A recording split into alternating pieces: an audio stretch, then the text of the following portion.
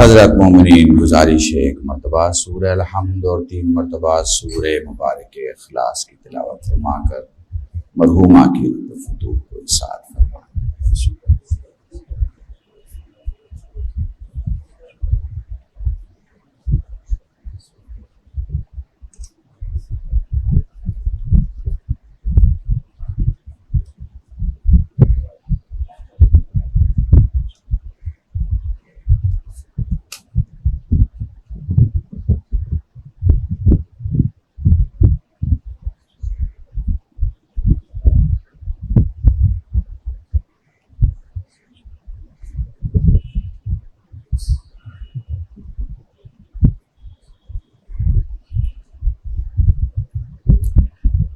हज़रात,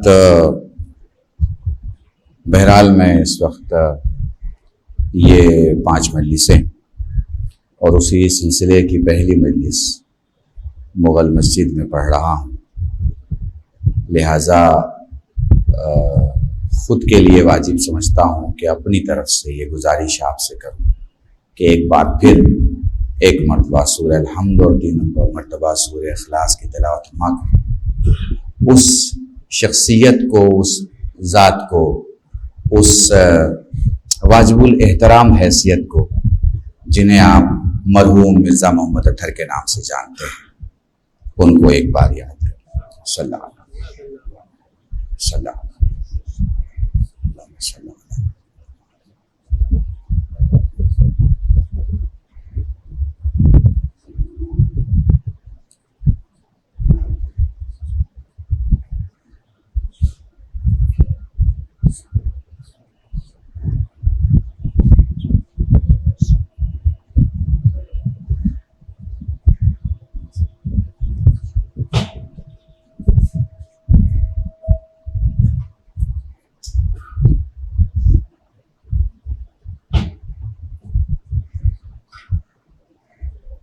औज़ु बिल्लाहि मिनश शैतानिर रजीम। बिस्मिल्लाहिर्रहमानिर्रहीम।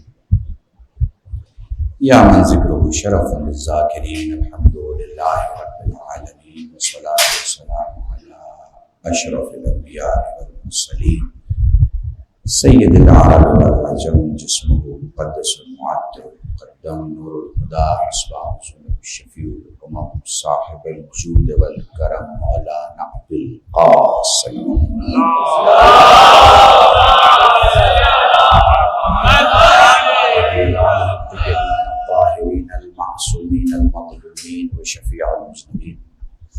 अम्मा बाद फ़क़द क़ाल अल्लाह सुब्हानहु व तआला फ़िल क़ुरानिल करीम। बिस्मिल्लाहिर्रहमानिर्रहीम।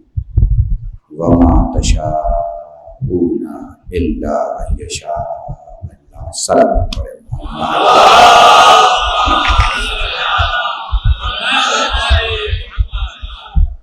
हज़रत मोमिनीन, इन 5 दिनों में मुझे कोई 10 मजलिस खिताब करनी है और आखिरी दिन मैं सुबह को लखनऊ पढ़ रहा हूँ और शाम को मुंबई पढ़ रहा हूँ, तो आप अंदाज लगा सकते हैं कि बवास्ते हज़रत ज़हरा सलामुल्लाह अलैहा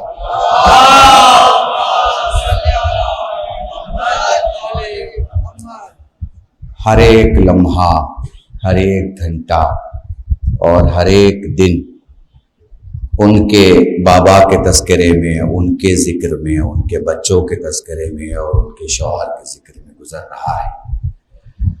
और ज़िंदगी आपकी कहीं भी गुज़र रही हो, चाहे आप लंदन में हो, अमेरिका में हो, जर्मन में हो, जापान में हो, मगर क्या कहना उन लम्हों का जो दरे ज़हरा पे गुज़र जाए, क्या कहना उन घंटों का जो शहजादी के दरवाजे पे गुजर जाए, शहजादी की बातों में।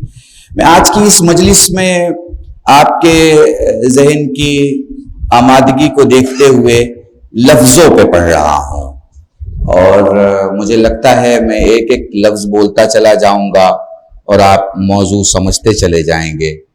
देखिए, मैं इस वक्त जिन कैमरों के सामने हूँ वो मुझे महफूज भी कर रहे हैं और दूर दराज में मुझे दिखा भी रहे हैं और उसमें एक कैमरा मौला सज्जाद के नाम से मंसूब है, मेरे ख्याल से मुझे यही नाम बताया गया, शायद ज़ैनुल अबा जी।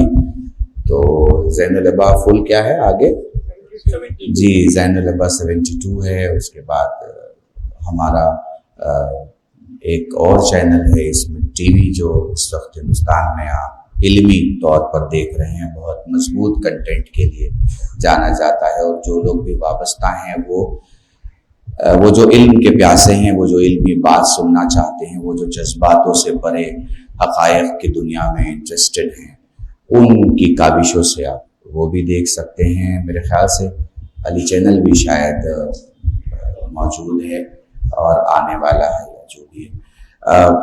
मेरे चंद भाइयों के मोबाइल लगे हुए हैं, मुझे नहीं पता, स्क्रीन में मैं सामने देख सकता हूँ कि बहुत सारे लोग अपने मोबाइल निकाल के रिकॉर्ड कर रहे हैं।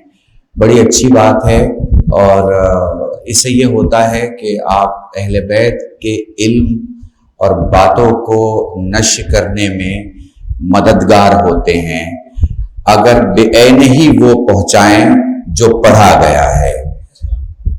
आप बिल्कुल अहले बैत अलैहिमुस्सलातु वस्सलाम की बारगाह में बुलंद होंगे, सुरखरू होंगे। अगर मंगल पढ़ा गया है तो मंगल पहुंचाया जाए, और बुध पढ़ा गया है तो बुध पहुंचाया जाए।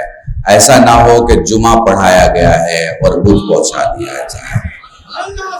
समझते रहे। तो इसलिए मैं बहुत ही कम लफ्जों में पूरा मौजू आपके सामने मुकम्मल करूंगा। पहला लफ्ज, मेरे सब सुनने वाले यहाँ मौजूद हैं जो बरसों से मुझे सुनते हैं, पहला लफ्ज यही से शुरुआत कर रहा हूं, अगर आप मेरे साथ हैं। ऐलान। ऐलान। बंबई अगर नहीं समझा, क्योंकि ये मजमा मेरा नहीं है, ये मजमा मिर्जा मोहम्मद अतहर साहब का है, जिन्होंने आपको मजलिस समझना भी सिखाया है, सिर्फ पढ़ा नहीं है। तो आपके अंदर वो दुनिया मौजूद है जिसमें मिसालें जितनी यहां काम करेंगी वो दूसरी जगह काम नहीं करेंगी। लोग कहेंगे साहब आप मिसाल मत दीजिए। कहीं कहीं लोग मिसालों को बहुत पसंद करते हैं और कहीं कहीं लोग मिसालों को पसंद नहीं करते, मगर अगर मैं मुगल मस्जिद में पढ़ रहा हूं तो मिसालें समझी जाएंगी। तो बस फिर ये जुमला दोहरा रहा हूं, मुझे पॉलिटिकल कॉन्सेप्ट में सुनिएगा और पॉलिटिकल कॉन्सेप्ट में समझिएगा, क्योंकि हर बात हर जगह खुल के नहीं पढ़ी जा सकती, मगर जो मौलाई है वो खुल के समझ लेता है। उसे पता चल जाता है कि सलमान कहां बोल रहे हैं, अबू हुरैरा कहां बोल रहा है। मेरे साथ रहना, मैं पूरी मजलिस इसी एक जुमले में शुरू भी कर रहा हूं और खत्म भी कर रहा हूं। हमारे यहां उलमाओं के सामने कभी कोई मिसकॉन्सेप्ट इसलिए नहीं होता कि हमारे उलमा को पता रहता है कि बोला जा रहा है तो कहां से बोला जा रहा है। तो एक जुमला है ऐलान, मेरे साथ है आप, ऐलान, साथ में रहिएगा।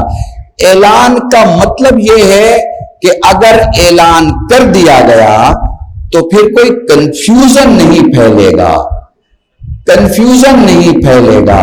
फिर जुमला दोहराऊं, ऐलान अगर कर दिया गया है तो कंफ्यूजन नहीं फैलेगा, चूंकि ऐलान हो चुका है भाई, कंफ्यूजन कैसे फैल सकता है। नहीं, जरा थोड़ा सा बंबई के अदबियात के नजदीक आके कहूं तो वीटी पे ऐलान हो गया कि फला ट्रेन जा चुकी है, ट्रेन का ऐलान हो गया कि ट्रेन जा चुकी है।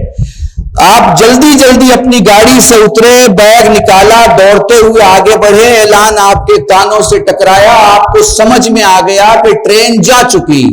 तभी कुछ कुलियों का ग्रुप आ गया और उसने कहा साहब हम आपको ट्रेन पकड़वा देंगे। तो आप ऐलान सुनेंगे या कुलियों को सुनेंगे?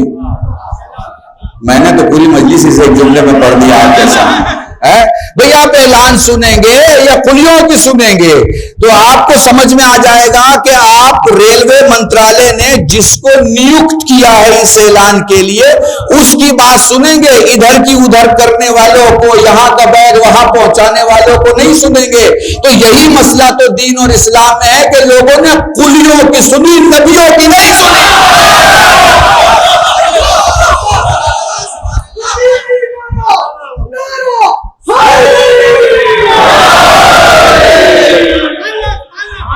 मसला देखिए ना, मसला क्या है इस्लाम में? इस्लाम में यही तो मसला है कि सुनी उसकी जा रही है जिसकी सुनी नहीं जानी चाहिए, और जिसकी सुनी जानी चाहिए उसकी सुनी नहीं जा रही है। भाई सवाल यह है कि सबसे बड़ा ऐलान कहां हुआ? चलिए मैं आपकी बंबई की मिसाल देता हूं। मेरे जवान में देख रहा हूं काफी तादाद में बैठे हुए हैं। आप मुझे बताइए, कॉलेज में इलेक्शन होता है कि नहीं होता है? होता है ना। इलेक्शन में एक ऐलान होता है कि नहीं होता है?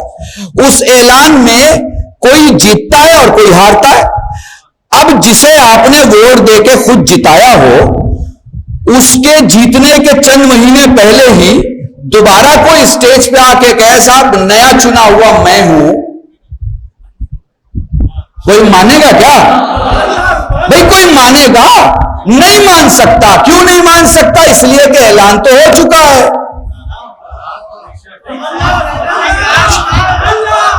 अल्लाह की कसम मेरे साथ रहना, भाई ऐलान तो हो चुका है।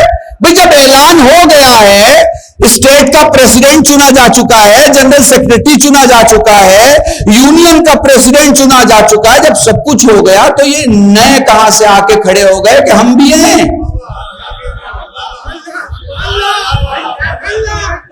मगर तारीख की विडंबना देखिए कि 1.25 लाख के मजमे में ऐलान होने के बाद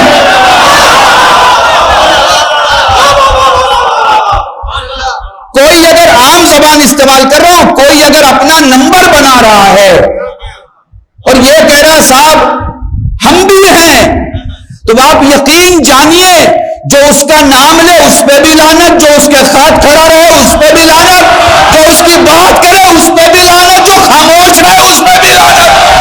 दुरूद पढ़ो मोहम्मद।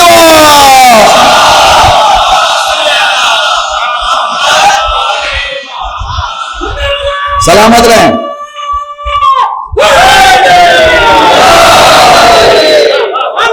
एक जुमला कह रहा हूं, शीयत को समझना और बड़े नजदीक से सुनना। मेरे भाई ने अभी नारे हैदरी लगाया। आपको पता हम नारे हैदरी क्यों लगाते हैं?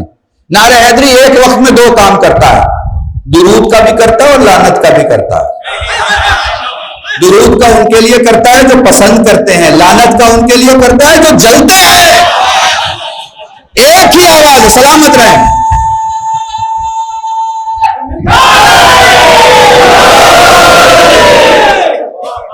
हम कैरेक्टर के जानने और चाहने वाले लोग हैं भाई। हमारे सामने कैरेक्टर आता है, हम कैरेक्टर देखते हैं, दुरूद भेज देते हैं। हमारे सामने कैरेक्टर आता है, हमें समझ में आ जाता है कि कैरेक्टर की कोई वैल्यू नहीं है, लानत भेज देते हैं। हमें नारा किसी से उधार थोड़ी लेना है भाई, आप समझे नहीं मेरी बात।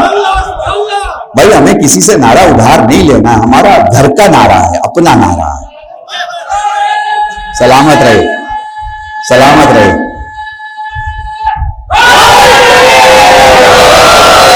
सलामत रहे। इससे पूरा हिंदुस्तान आपको देख रहा है, और सिर्फ हिंदुस्तान नहीं पूरी दुनिया आपको देख रही है। हमें ये नारे उधार नहीं लेने होते, और हमें ये लानतें भी उधार नहीं लेनी रहती। सब कुछ हमें बताया गया है, और इसीलिए हमारे यहां मौलाई कहा ही उसे जाता है जो 24 कैरेट का हो।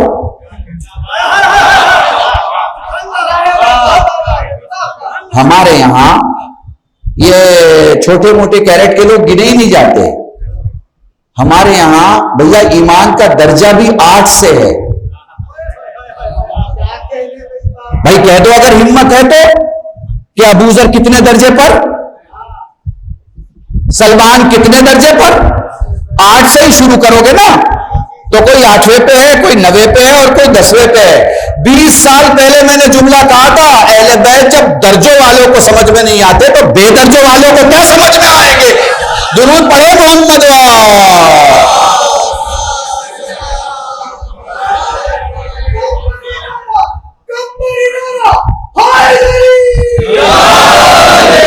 साथ रहिएगा। तो ऐलान समझ में आ रहा है? ऐलान जब हो जाए तो कंफ्यूजन नहीं होता। अब जरा पॉलिटिकल एंगल से देखिए कि एक ऐलान, बल्कि इस बात को कहने के पहले मैं आपको बताऊं, देखिए सबसे ज्यादा दुनिया में जो पैसा खर्च होता है वो लोगों को लोगों तक पहुंचाने का होता है। सबसे ज्यादा दुनिया में पैसा कहां खर्च होता है? लोगों को लोगों तक पहुंचाने में, या बातों को लोगों तक पहुंचाने में, या चीजों को लोगों तक पहुंचाने में, जिसे आप ब्रांडिंग कहते हैं, जिसे आप अपनी जबान में एडवर्टीजमेंट कहते हैं, सबसे ज्यादा पैसा खर्च होता है। मगर दिमाग में चीजें हमेशा रह नहीं पाती। मगर फिर भी पोस्टर की एक अपनी वैल्यू है। आपने मौलवी से वादा ले लिया, वहां तक ठीक है। मौलवी का पोस्टर छप गया, अब आपने कहा मौलाना इज्जत की बात है, अब अगर नहीं आए तो लोग कहेंगे जब वादा नहीं लिया था तो पोस्टर क्यों छपवाया। यानी पोस्टर कहीं तो एडवर्टीजमेंट है और कहीं इज्जत है कि पोस्टर छप गया है। मेरे ख्याल से जहां जहां तक मेरी आवाज जा रही है सब समझेंगे। दुनिया की सबसे बड़ी भीड़ में मोहम्मद ने अली की विलायत का पोस्टर 1.25 लाख के दिमाग में ऐसे छाप दिया। पता नहीं मैं आपको समझा पा रहा हूं कि नहीं समझा, कि इन्होंने मदीने मक्के पहुंच के नाम तो बदल दिया मगर अली का चेहरा ना भुला सके। दुरूद पढ़े मोहम्मद वाले मोहम्मद।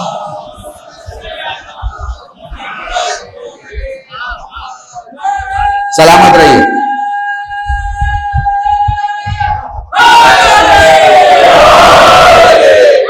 ऐलान अगर हो जाए तो फिर कोई कंफ्यूजन नहीं है, बात हो गई। अब आप देखिए लोगों की हालत, किस तरह लोग बदले, किस तरह लोग बदले। 1.25 लाख का मजमा पलट के किसी और को, भाई पूरी तवज्जो, किसी और को मानने लगे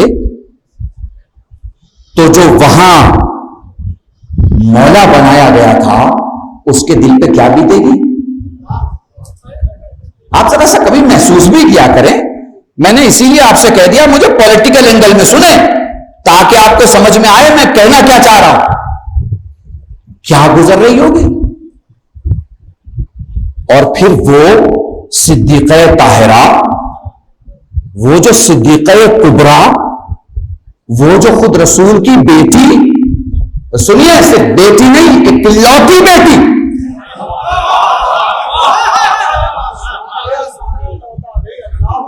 बेटी नहीं इकलौती बेटी, दलील दे रहा हूं।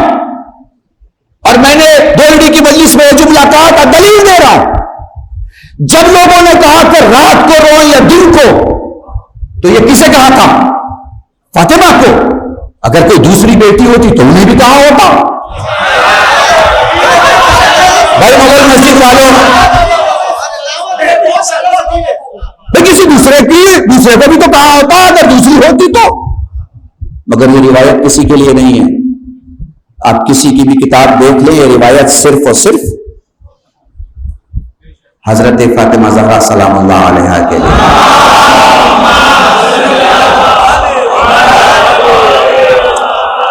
इकलौती बेटी है, इकलौती।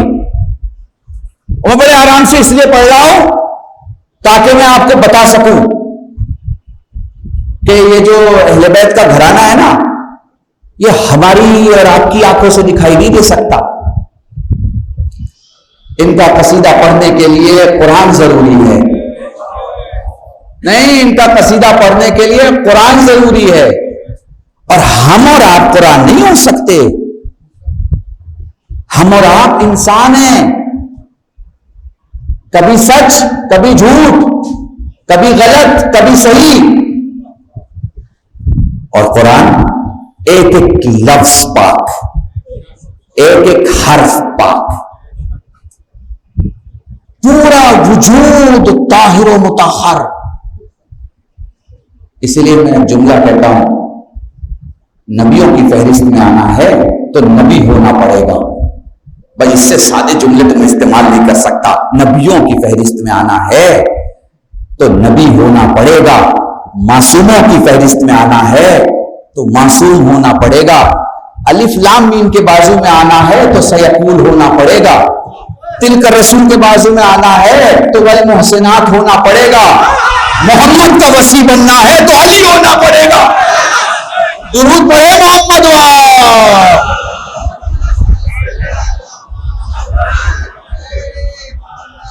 समझिएगा, सिंपल सा फॉर्मूला है, ऐलान जिसके बाद कोई कंफ्यूजन नहीं। ऐलान हो गया, कंफ्यूजन होता ही नहीं है कि भाई ये तो पढ़ा जा चुका है, ये तो बोला जा चुका है, ये तो ऐलान हो चुका है। दूसरा जुमला बोलने जा रहा हूं, अगर आप समझ सके तो। इशारा, ये लफ्ज है इशारा। ये जो ऐलान है इसकी जरूरत तब पड़ती है जब लोगों को इशारे समझ में नहीं आते।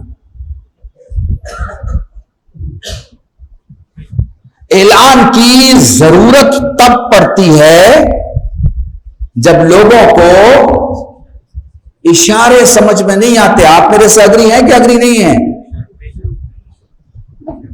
क्या अक्लमंद को भी कभी ऐलान की जरूरत पड़ती है? इसीलिए तो कहा जाता है कि अक्लमंद को इशारा काफी होता है ना। तो इशारा समझने के लिए अक्ल की जरूरत है। बेवकूफों को इशारे नहीं समझ में आते। जिन्हें इशारे नहीं समझ में आते उनको ऐलान समझाता है। पता नहीं मैं आपको समझा पा रहा हूं कि नहीं समझा पा रहा। बड़ी सादी सी गुफ्तगू है आपके सामने। जो बेवकूफ है ये इशारे नहीं समझता। ये जो बेवकूफ है ये इशारे नहीं समझ। नहीं, बात बदल दूं ताकि आप उस नजरिए से सुने तो शायद समझ जाए। ये बताइए, गदीर में जो ये इतना बड़ा ऐलान हुआ तो आप अली को मौला क्या गदीर के बाद मानते हैं?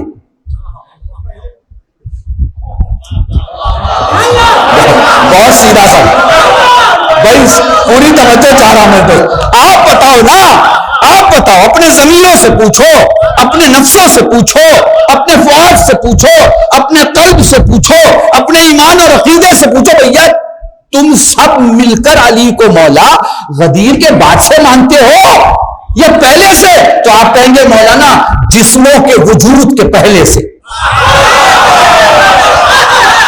भाई यही कहोगे ना कि जिस्मों के वजूद के पहले से। तो मैं सवाल करूंगा, जब तुम मानते हो अली को मौला जिस्मों के वजूद के पहले, तो फिर ये ऐलान किसके लिए हो रहा है? पता नहीं मैं आपको समझा पा रहा हूं कि नहीं समझा पा। फिर ये ऐलान किसके लिए हो रहा है?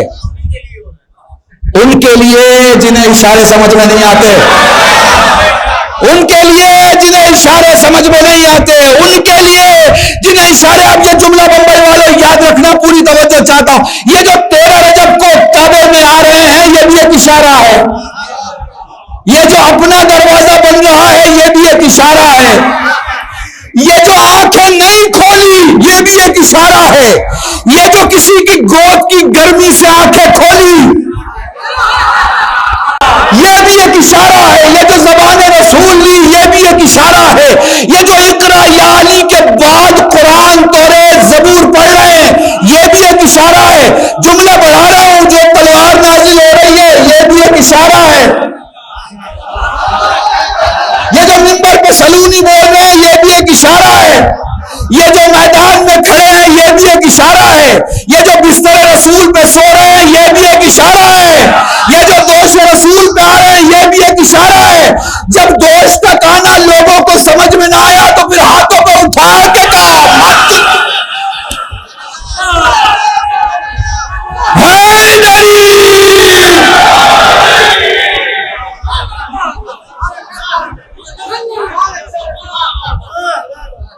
जिन्हें इशारा समझ में नहीं आता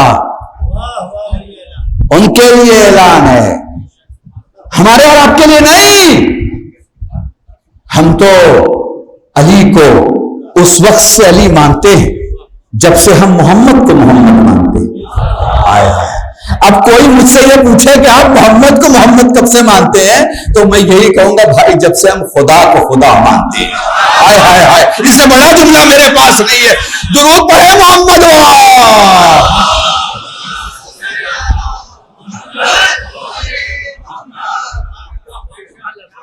और अकीदत की खूबसूरती देखे, अकीदत की खूबसूरती देखे।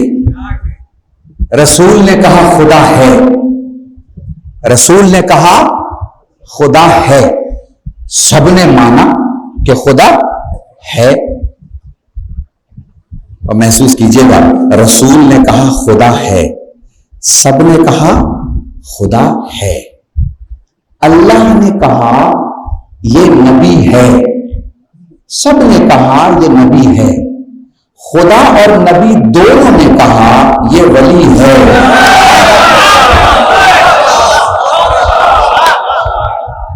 हाँ, अब अगर जो अली को मौला नहीं मान रहा, वो सिर्फ अली के इमामत से इनकार नहीं कर रहा, वो हुक्म खुदा और हुक्म मुस्तफा से इनकार कर रहा है। कुछ ऐलान जरा सा मैं नजदीक लाके आपको सुनाता हूं ताकि आप महसूस कर सके कहां कहां क्या क्या ऐलान हुआ। देखें, अल्लाह के अल्लाह होने का ऐलान रसूल ने किया कि वो अल्लाह है। रसूल के रसूल होने का ऐलान अल्लाह ने किया कि यह हमारा आखिरी रसूल है। मगर अली के ऐलान में ना अकेले अल्लाह है और ना अकेले रसूल है। दोनों की गुफ्तगू कुछ यूं है कि अगर ये नहीं किया, अरे मुंबई वालों गौर करना, अगर ये नहीं किया इसका मतलब है ये मैटर पहले बहुत बार डिस्कस हो चुका है। पता नहीं मैं आपको समझा पा रहा हूं कि नहीं। भाई पूरी तवज्जो, अगर ये नहीं किया तो कुछ भी नहीं किया। मतलब समझ में आ रहा है? ये बातें पहले डिस्कस हो चुकी हैं, अब ऐलान हो रहा है। किसके लिए? जिन्होंने काबे की दीवारें देखी मगर सोच लिया कि नहीं मानेंगे, जिन्होंने उतरती जुल्फकार देखी मगर सोच लिया कि नहीं मानेंगे, जिन्होंने जिब्राइल के नुज़ूल की और अली और फातिमा की अजमतों की हदीसें रसूल से सुनी मगर सोच लिया कि नहीं मानेंगे, जिन्होंने प्लान कर लिया सारे मौजज़े देखने के बाद नहीं मानेंगे, अल्लाह ने भी एक प्लान कर लिया, तुम बंद कमरे में नहीं मानोगे, हम खुले मैदान में मनवाएंगे। अब जुमला सुनना जो कहने जा रहा हूं, पूरी तवज्जो चाह रहा हूं आप सबकी। ये फैजाबाद, अकबरपुर, आजमगढ़, ये अहमदाबाद, सूरत, बड़ौदा, ये लखनऊ, कानपुर, गोरखपुर, यहां से अगर कोई आदमी 200 रुपए लेके बंबई आता है और वो 200 का 2000 करोड़ बना लेता है मेहनत करके, कभी अपने चचाजाद भाई को, कभी मामूजाद को, कभी खालाजाद को बुला के अपनी कंपनी में एडजस्ट करता है, ये आदमी अचानक सोचता है कि मुझे अब वतन वापस जाना है, तो इसका हक है कि ये अपना वसी मुकर्रर करे या बंबई शहर का हक है?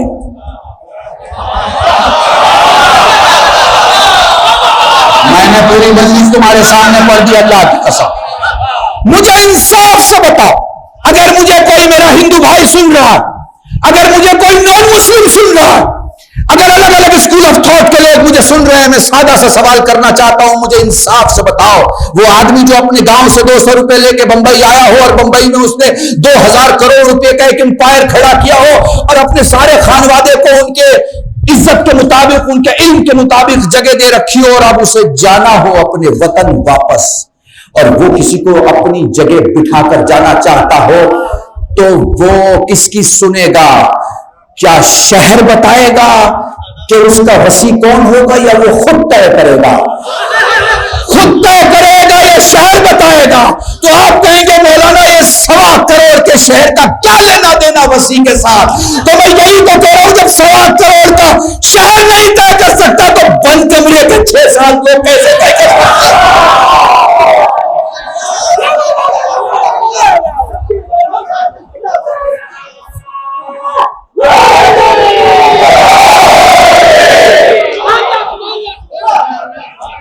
आप बताएं, जब 1.25 करोड़ का ये शहर नहीं तय करेगा कि कौन वसी होगा, तो फिर बंद कमरे के चंद लोग तय कर देंगे कि कौन वसी होगा। हुजूर याद रखिएगा, ऐलान कंफ्यूजन नहीं फैलने देता, मगर यह ऐलान किन के लिए है? जिन्हें इशारे समझ में नहीं आते। और फिर ये इशारे हैं कौन? तो चलिए 2 जुमले और। आप तो गाड़ी चलाते हैं, रास्ते में इशारा लगा रहता है बोर्ड पे, आगे खतरनाक मोड़ है, 90 की स्पीड से ज्यादा मत चलिए, आगे स्पीड ब्रेकर है, आगे रेलवे फाटक है। इशारे देखे हैं ना? मैं भी सोचता था अच्छा दिन में तो लोग देख लेते हैं, रात में क्या करते होंगे? तो आपने कहा मौलाना परेशान ना होइए, रेडियम का पेंट है, जैसे ही उजाला इससे टकराता है ये दिन से ज्यादा जोर से बोलता है। पता नहीं मैं आपको समझा पा रहा हूं कि नहीं समझा पा रहा। अच्छा तो ये रात को भी दिखाई देता है? आपने कहा जी मौलाना, मगर शर्त यह है कि गाड़ी की लाइट ठीक हो।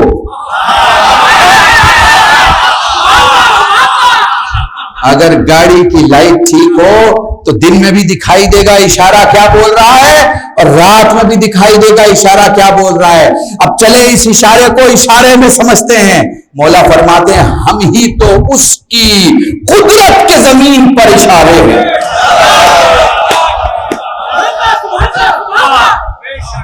हम ही जमीन पर उसके कुदरत के इशारे, यह हैं इशारे। और अब तीसरा जुमला रब्त मसायब के पहले, राज। ये एक बहुत अहम लफ्ज है, बहुत अहम लफ्ज। बात की बात यह है कि शैतान हर जगह अपनी बातें पहुंचा देता है, लेकिन राज की बात यह है कि वो खुदा के बंदों को हरा नहीं पाता।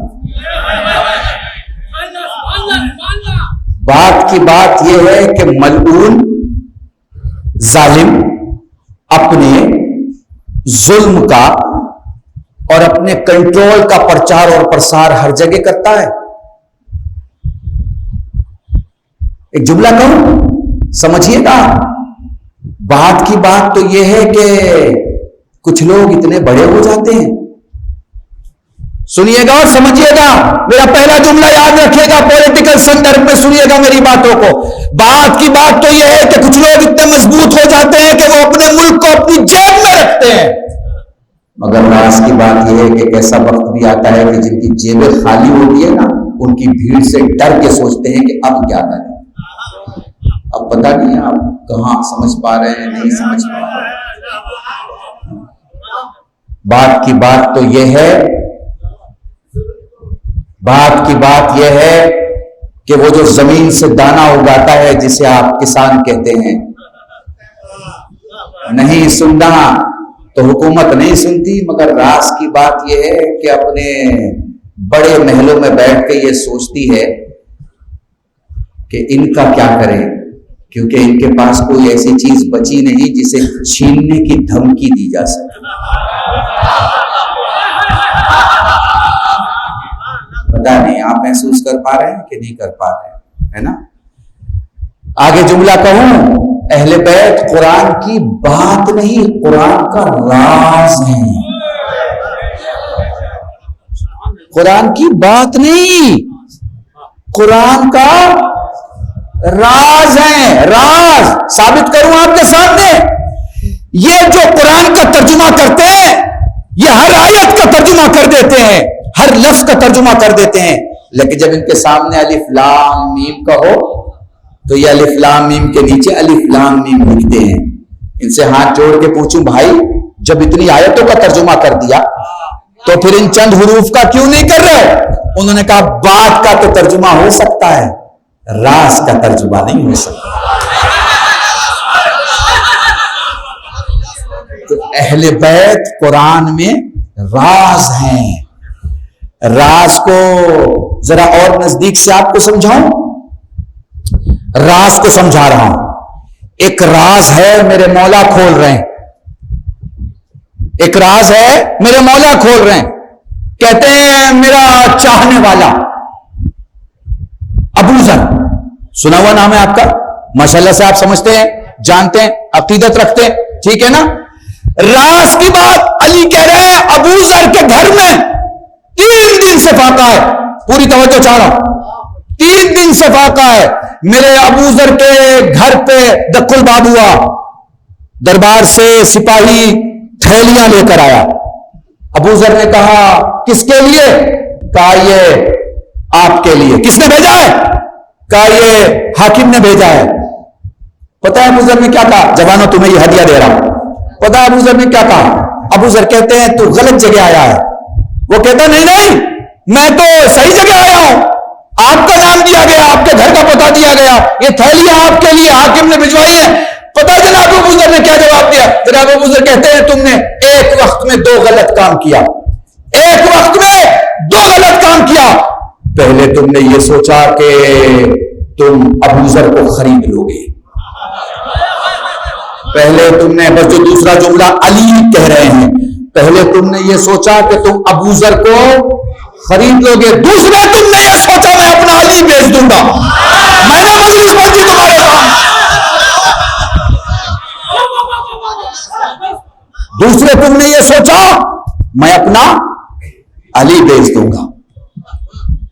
अज़ीज़ान मोहतरम, मेरा ये मजलिस मजमा, मेरे जवानों, मेरे अजीजों, मेरे जवान साथियों, मेरे बच्चों, याद रखना जिंदगी में कई मामले ऐसे होंगे जहां तुम्हारा सौदा हो रहा होगा। समझ जाना, तुम्हें नहीं खरीदा जा रहा, तुमसे चाहा जा रहा है कि तुम अपना अली बेच दो। तुमसे यह चाहा जा रहा है कि तुम अपना अली बेच दो। याद रखना, दुनिया के इस सौदेबाजी में, लाइक और कमेंट के इस छोटी सी आर्टिफिशियल मार्केट में, अपने कलम को उठाने के पहले यह देख लेना कि तुम सच के साथ हो या सच के साथ नहीं हो, क्योंकि शीयत हमेशा सच के साथ होती है।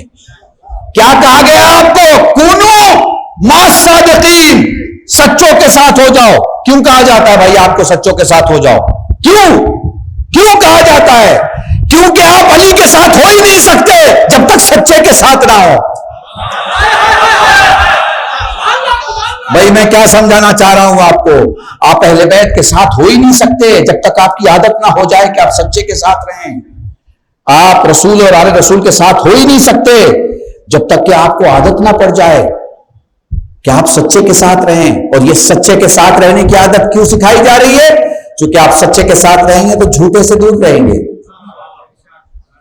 हर गुनाह माफ है, हर गुनाह माफ है, चंद गुनाहों को छोड़कर, मगर उनमें सबसे ज्यादा शिद्दत से झूठ से परहेज की तलकीन की गई है। क्यों? इसलिए कि झूठ सिर्फ गुनाह नहीं, इस्लाम की जिद है। पता नहीं, मैंने तो बहुत बड़ा जुमला आपके सामने कहा। झूठ एक आदत नहीं है, झूठ इस्लाम की जिद है, क्योंकि इस्लाम मतलब सच, इस्लाम मतलब सच। मैं लफ्जी माने नहीं बता रहा, मैं वो माने बता रहा हूं जो दुनिया में समझा जाता है, जो दुनिया में माना जाता है। इस्लाम मतलब सच। अगर कोई दावा करे कि मैं मुसलमान हूं, इसका मतलब वो झूठा हो ही नहीं सकता। और जो झूठा है वो अपने इस्लाम से वफादार नहीं है। जो अपने ही इस्लाम से वफादार नहीं, वो मोहम्मद के इस्लाम का वफादार कैसे हो सकता है? एक बार दुरूद पढ़े मोहम्मद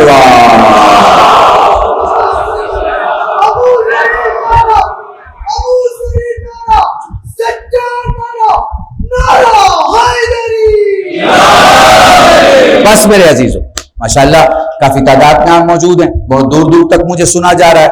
और इंशाल्लाह कल दोपहर भी मैं कहीं पढ़ रहा हूँ, परसों भी पढ़ रहा हूँ, और उसके नेक्स्ट डे, और इंशाल्लाह रोज रात को इसी वक्त जिस वक्त आप मुझे देख रहे हैं मिंबर पे, जो भी टाइमिंग उस पर हाजिर रहूंगा।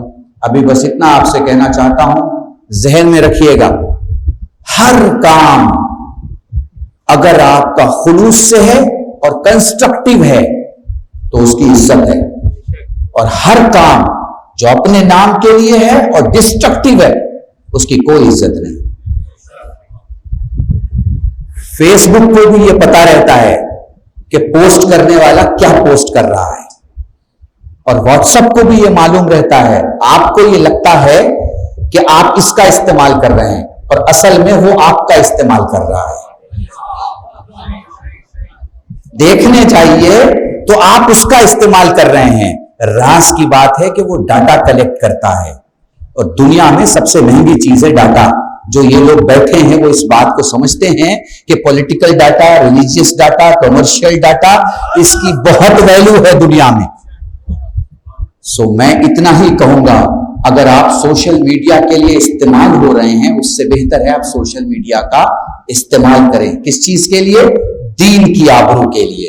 किस चीज के लिए? इत्तिहाद के लिए। किस चीज के लिए? अजमत के लिए। किस चीज के लिए? किस चीज के लिए?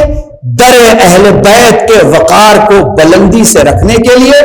और एक चीज साफ है जिसमें कोई तकैया नहीं, जो कल लानती था आज भी लानती है, कल भी लानती रहेगा।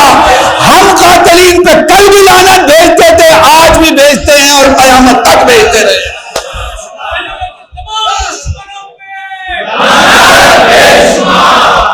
दुरूद पढ़े मोहम्मद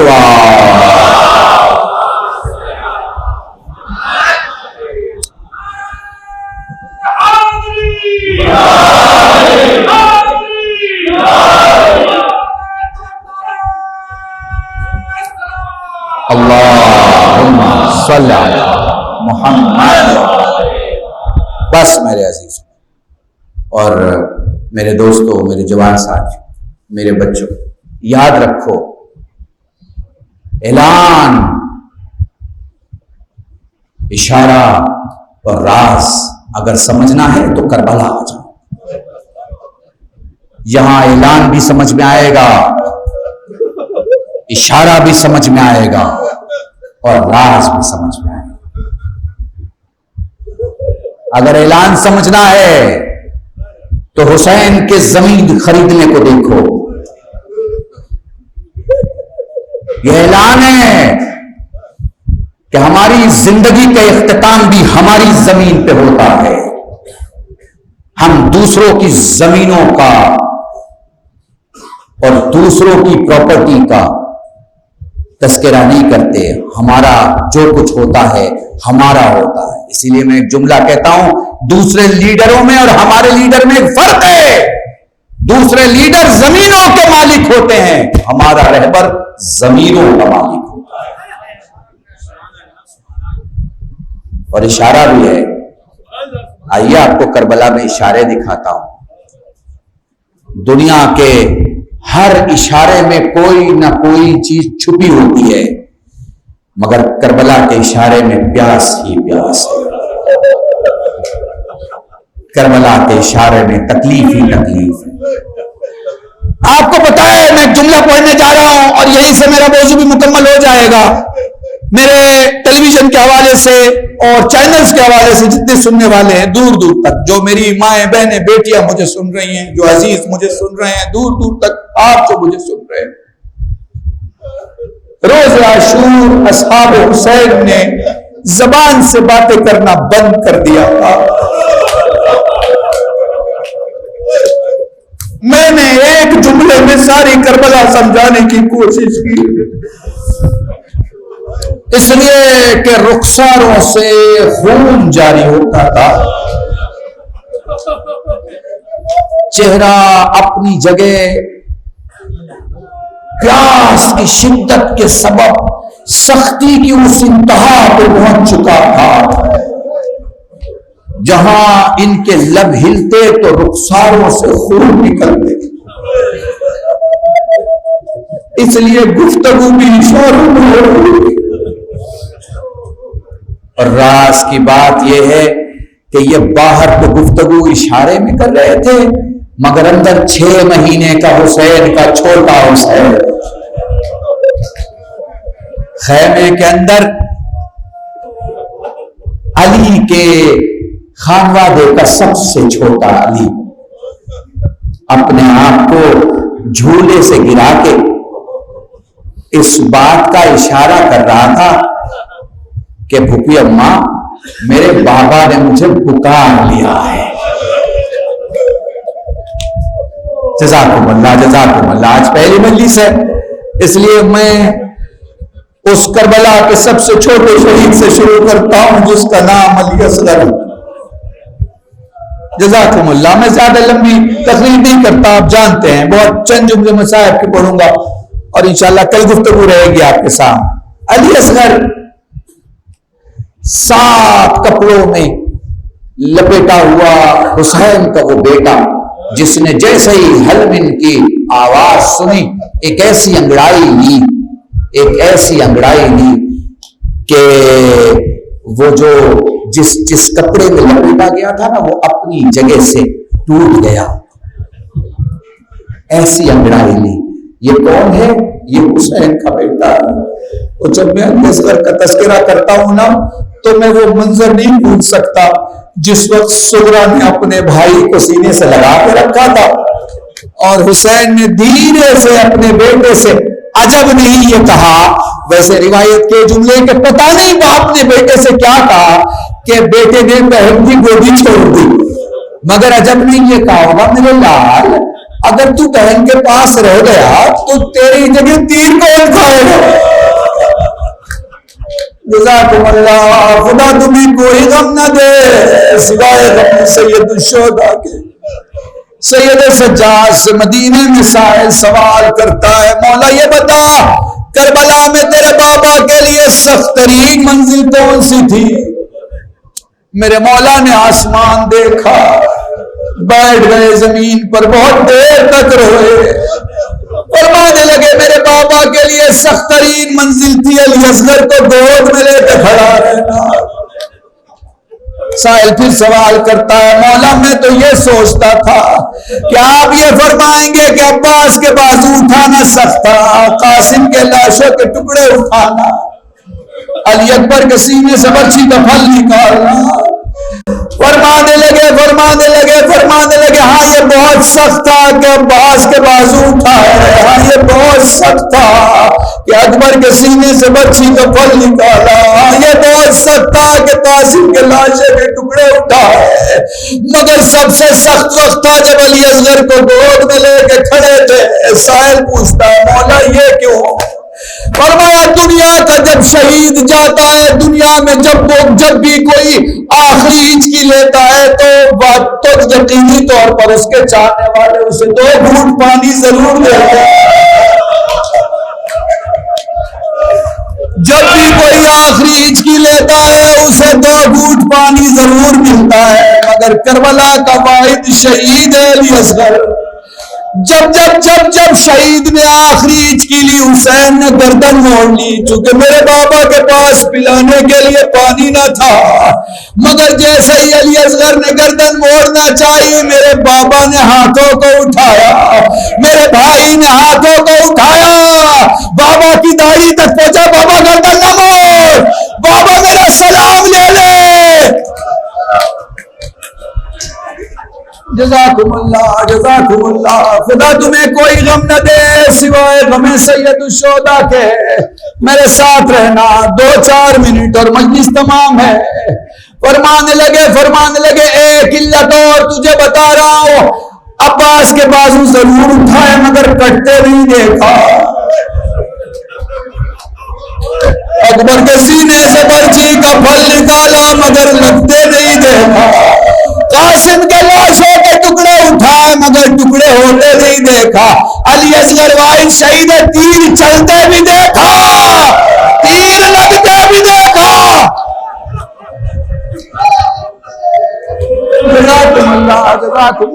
खुदा तुम्हें कोई गम न दे सिवाय गम सैयद शुहदा के।